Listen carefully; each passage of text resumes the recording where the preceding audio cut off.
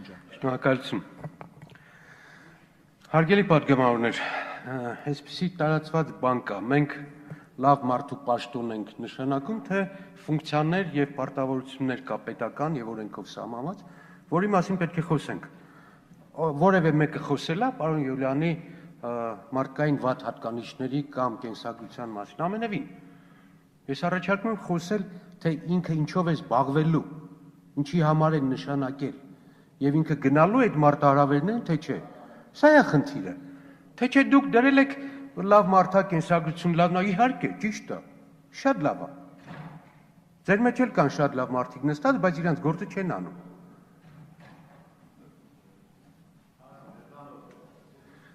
Այսպես, օրենքով վերահսկիչ պալատի վրա դրված են ֆունկցիաներ եւ օրենքը առաջին կետը ասում է Հայաստանի Հանրապետության վերահսկիչ պալատը անկախ պետական մարմին է։ Եվ եթե անկախ պետական մարմին է, ունի ֆունկցիաներ, այդ ֆունկցիաների մեջ մի քանիսը շատ կարևոր են, պետական բյուջեի ծախսերն են, դոտացիաները, սուբսիդիաները, ինչպես նաև մուտքերը, մուտքերի հավաքագրման հետ կապված ուսումնասիրությունները, վերահսկողությունը եւ այլն եւ այլն։ Այսինքն օրենքով սահմանադրությամբ այն մարմինը, որի ղեկավար մենք հիմա նշանակում ենք, անձը մոռացեք։ Պետք է ունենա այս ֆունկցիաները, այս համարձակությունը, այս խնդիրները լուծելու։ Ես իմ հարցի ժամանակ ասացի, որ մենք գտնվում ենք այնպիսի վիճակում, որ վերահսկիչ պալատի գործունեությունը դառնում է թիվ 1 կարևորության գործունեություն։ Ես երկու մարմին գիտեմ, որ կարող է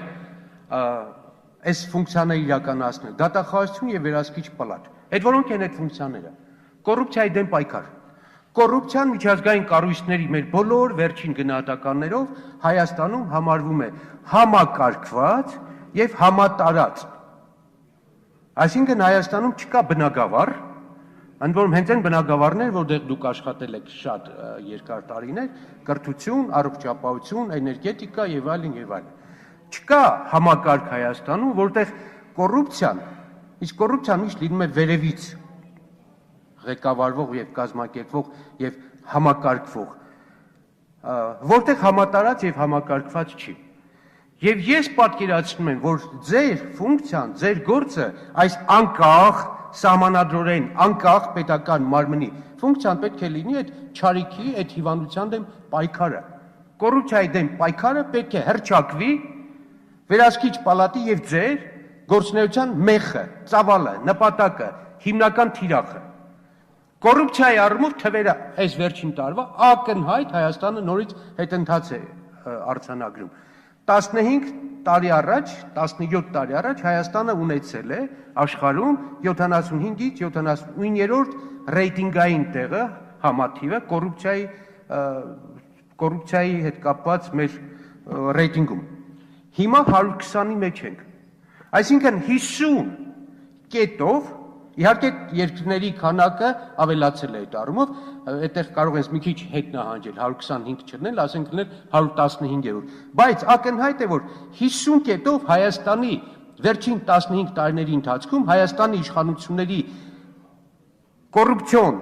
ռեյտինգը 50 կետով բարդացել է, վատացել է, այսինքն մեր երկիրը գնում է ակնհայտ կոռուպցիոն զարգացման, ակնհայտ կոռուպցիոն դինամիկայի ճանապարհով։ Եվ այս մասին չխոսել, ու սա չդարձնել հիմնական նպատակ, ես չեմ պատկերացնում։ Հաջորդ հարցը, որ անդադ տալիս ենք, մեր տպավորությունը հետևյալն է, կա տաբու, կա արգելանք, որ դուք պետք է այս բնակավարում չաշխատեք։ Թիվ եմ հրապարակում, այստեղ հրապարակել է վարչապետը, ֆինանսների նախարարը։ Այս տարվա ընթացքում Հայաստանի մուտքերը, եկամտային մուտքերը հարկային 0.3% է կազմելու։ 0.3%, որը ծիծաղելի է, 50 միլիոն դոլար ընդամենը պետք է ավելանա մի երկրում մուտքերը, որտեղ կոռուպցիան համատարած է, որտեղ ստվերը կազմում է 40-ից կամ տարբեր հաշվարկներով մինչև 60%, մենաշնորհները սպանում են երկիրը։ Եվ այդ ամենի արդյունքում տեղի է ունենում Հայաստանի տնտեսության ուղղակիորեն քայքայում։ Եվ այս խնդիրը չդնել որպես հիմնական խնդիր, ուղղակի տարօրինակ է։ Մեր ձեր ֆունկցիաների մեջ պետք է մտնի ներդրումների ուսումնասիրությունը։ Ես կարդում եմ թվերը 13 թվականին օտար երկրան ներդրումները զուտ հոսքերը 52%-ով պակասել են։ Ինչու՞։ Բայց չիմանանք դուք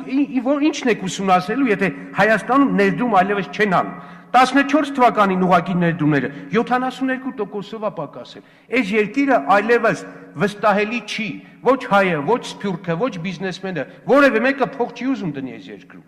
Միջինը 40%-ով ամեն տարի պակասել է, միջինացված։ 14-15 թվականին 36%-ով է պակասել ներդրումները։ Տրանսֆերտները 50%-ով կրճատվել են։ Չկա, հասկանում եք, գումար չի գալիս։ Եղած գումարը 1.5 միլիարդ դոլար օրինականորեն, իսկ մեր հայտարարություններով 15-ից 20 միլիարդ դոլար ապօրինի Հայաստանից դուրս է գնում։ Այսինքն մեր երկիրը ձեր խնդիրը էս դիգնի, ինչ է կատարվում Հայաստանի տնտեսության հետ, Հայաստանի բյուջեի հետ։ Եվ սրա հետ միասին կապված 4 անգամ մեր պարտքը հասավ 6 միլիարդի։ Ինչու՞։ Չէ որ դրա արդյունավետությունը չկա։ Ես հիմա կարդում եմ այս երկու օրը սկանդալային բանը, գնացեք ուսումնասիրեք Հայաստան-Իրան երկաթուղու խնդիրը։ Բյուջեից 250 միլիոն դրամ հատկացրել ենք։ Տիգրան Սարգսյանը հայտարարել է, որ 1.5 միլիարդ դոլար Եվրասիական բանկը տվել է։ 10 տարի աշխատել այս հիմնարկը, գումարներ է տարել բյուջեից։ Հարցնում են ֆինանսների նախարարին, ասում են խորհրդակցություններ են անցկացել եւ հաշվել են, քանի թունել պետք է լինի Հայաստան-Իրան ճանապարհի վրա։ Բայց 250 միլիոն դոլար դա համարեք տարել, որ հաշվեք քանի թունել պետք լինի, ու այս տարի հունվարին եկած վարչապետը փակում է այդ հիմնարկը։ Հետո փակել բացելով է հիմնարկը, թե պետք է նայես այս պետական միջոցը ուր է գնացել։ Չկա այդ կամքը չկա, հասկանու եք ոչ միտեղ ես չեմ տեսնում, որ ասեն, հլա բերեք այդ հանցագործություններից ձեռը կտրենք, գլուխը կտրենք, պաշտոնից հանենք, դատենք, չկա, չունեք ոչ մի բան։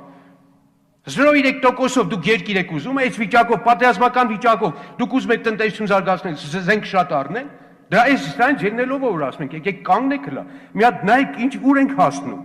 Այս տնտեսությամբ ու այս ձևի աչք փակելու քաղաքականությամբ մենք ոչ մի հաջողության չենք հասնի։ Մեր զինվորի ոգու հաշվին չի որ մենք դի պատերազմ կրենք։ Մեր խելքի, մեր տնտեսության, մեր զենքի քանակի, մեր բյուջեի հաշվին։ Չկա։ Թվեր կա որ ախր մարդ ամաչում է կամ վախենում է կամ լսում ես որ թշնամիտ էլա լսելու վախենում ես ասես 15 տարվա ընթացքում Հայաստանի դպրոցների աշակերտների թիվը պակասել է 250,000-ով հեռանկարային ծրագիր տվեք 600,000 աշակերտ ունեցող Հայաստանը 602,000 1999 թիվ 98 թիվ հիմա ունենք 360,000 ընդորում 2 տարով է դպրոցը ավելացել է Այն ժամանակ իմ ասած թիվը 600,000-ը 1-ից 10 դասարաններ, հիմա 1-ից 12 դասարան է։ Այսինքն 1/6-ը հանեք իմ ասած թվից, այս 360,000, կտեսնեք ինչքան բազա ունեք։ Բազա, որը աշխատատեղ է, բազա, որը բանակ է, բազա, որը հարկատու է դառնալու, բազա, որը ընտանիք է ձևավորելու, ներող կլնեք։ Այս է մեր քաղաքականություն, ջայլապ մեզ փակենք չտեսնենք ինչ է կատարվում։ Հլա մի հատ մտքում ես մի ժուրնալիստներին ասեցի, մի հատ մտքում կրկնեք 250,000 աշակերտ մեր երկրի մասշտաբների համեմատ պակասել է։ 10 տարվա ընթացքում 105,000 աշակերտ պակասել է ժողով, չի կարաս այն երկիր պահվի։ Եվ այդ երկրի մեջ սա էմոցիոնալ ելույթ չհամարեք։ Եթե այն մարմինը որ անկախ պետական մարմին է, այն դատախազությունը, այն կոռուպցիայի հանձնաժողովի անդամները կամ վարչապետների կողմից ղեկավարվող հանձնաժողովները ոչ մի բան չեն հայտնաբերում, ինչի համար են դրանք։ Ոչ մի բան չեք հայտնաբերում, հասկանում եք։ Իսկ ես ասած խնդիրները այսպես այսբերգի նման, լեռան նման կանգնել են մեր երկրի գլխին, եւ եթե լուծում չես առաջարկում, եթե դու դեղատոմս չես առաջարկում, քաղաքացին տեսնա որ դու լուծում տվող չես, թողնում գնում է։ Այս տարվա թիվ եմ ասում, Հայաստանում ծնված բնակիչների 25%-ը, որը կազմաուղիղ 1 միլիոն մարդ, որոնք Հայաստանում են ծնվել եւ Հայաստանի քաղաքացին, այս պահին ապրում են Հայաստանից դուրս։ Սա է մեր դառը իրականությունը։ Չի կարելի փոխնել այս իրականությունից։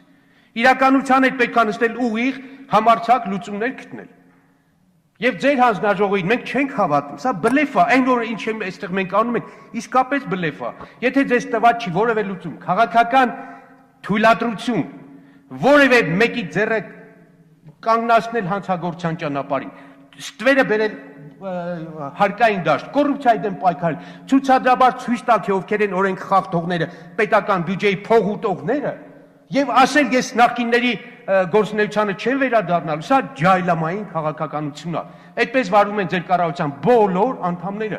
Ոչ մեկի համարձակությունը չներեց, ասի մի հատ գնամ հլա ճանապարհի այն վարկերը հյուսիս-հարավի, ջեկի հետ կապված բաները, դպրոցների հետ կապված փողերը,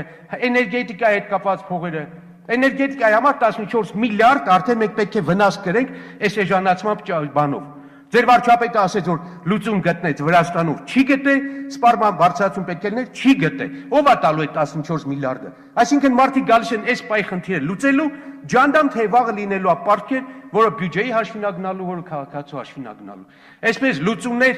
չգտնելու քաղաքականությունը, լուծումներից փախնելու քաղաքականությունը մեզ տանում է կործանման։ Տղամարդու նման պետք է կանել բոլոր ամենացավոտ խնդիրները, ասել, որ այս խնդիրները կան եւ խելքի տալով փորձել գնալ առաջ։ Սա ես այսպես եմ տեսնում ձեր հիմնարկի, ձեզ նշանակողի քաղաքական ուժի ֆունկցիան, այլ կերպ գնում ենք շատ տխուր տեղ։ Շնորհակալություն։ Շնորհակալ, պարոն Մանուկյան, Հայ Հեղափոխական Դաշնակցության